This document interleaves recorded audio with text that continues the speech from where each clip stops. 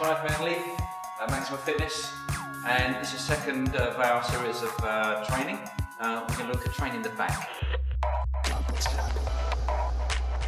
What we're going to try and do, working the upper part of the lats, is to always ensure the elbows are directly underneath the weight.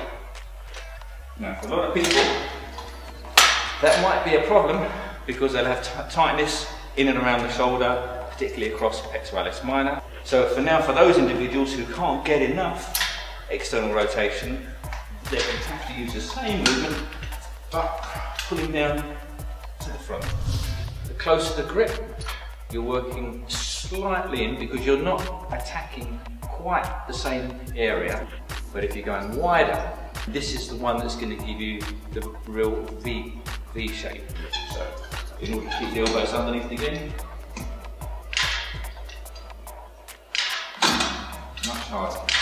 Okay, now we're going to try and replicate the same thing now on the chins. The chins are what you would probably describe as a king of back movement. So to develop just the basic strength, you need to start on the really simplest of chins, which is just bicep chins, which is just simply hanging from the bar and chinning up to the bar each time. And once you're getting up to 8 to 10, you can then progress to doing chins with a slightly more forceful stimulus. So that's taking a wider grip, hanging in exactly the same position, getting the feet up behind you, looking at the bar, and chinning onto the bar. Once that starts developing and you're up to 8 to 10 of the wide chins, you can then progress onto chins behind neck, which is a little bit harder still. You can just dip head forward, head forward. That's your chins, okay? We'll go on now to working lower sections of the back. When we're doing low pulley, what we want to try and do is to use all the back, not just the lats and pulling in with the biceps, but also lower sections. So we stretch deep down the lats, and we're going to pull in right into the belly. So stretch out, in. So you build up a rhythm. With the wide bent over, flat back, stretch, pull, stretch, pull. The higher you stand up, the more you're working the upper sections of the back rather than deep into the lats. Normal medium grip, hold tight, flat back again, and then and the last one, which is round into waist, under grip, tiny bit closer still, stretch, stretch, pull. Or we can also do those in a similar way with dumbbells. With the rowing to waist, or the bent over rows, dumbbells exactly the same, flat back,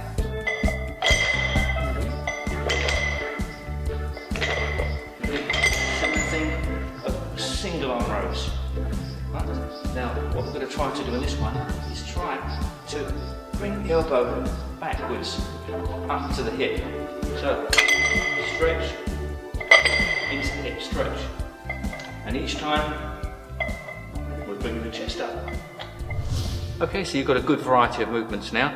One thing we haven't covered is what most people think of as one of the prime movements for the back, which is deadlift. I think it's a little bit overrated, and I'd much rather see people doing fuller range motion. So we'll be covering the deadlift in the series of when we're working our legs. Now we're just going to look at topping it all off with the upper section to make it easiest, right? And then around the neck. So we take off the bar, drop the shoulders down, get full extension, and we want to elevate and relax again. Elevate and relax. Of course we can do exactly the same thing with dumbbells. So relax again, elevate, elevate, rotate, relax. Elevate, rotate, relax. So 10 or 15 of these, and then we'll finish off. 10 to 15 seconds. Hold. Relax. That's your shrugs for you. We've got a couple more we've got to do now, which are greatly underrated, and that's pullover. Most people think of doing pullover really for working the chest. It does do that, but it does so much more.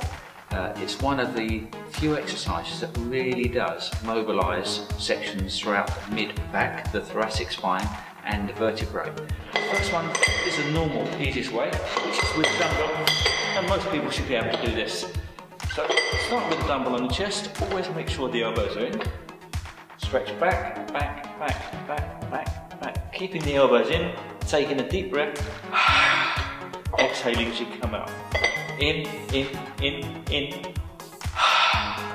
And what we don't want to see is straightening the arms. Basically the triceps are going to be involved too much. Then we're going to try and do exactly the same thing with the bar. Head off the bench, slight, elbows in, stretch, stretch, back.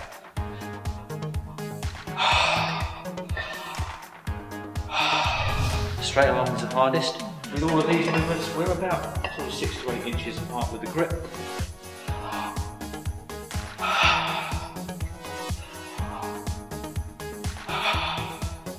Okay, that's straight arm pull over.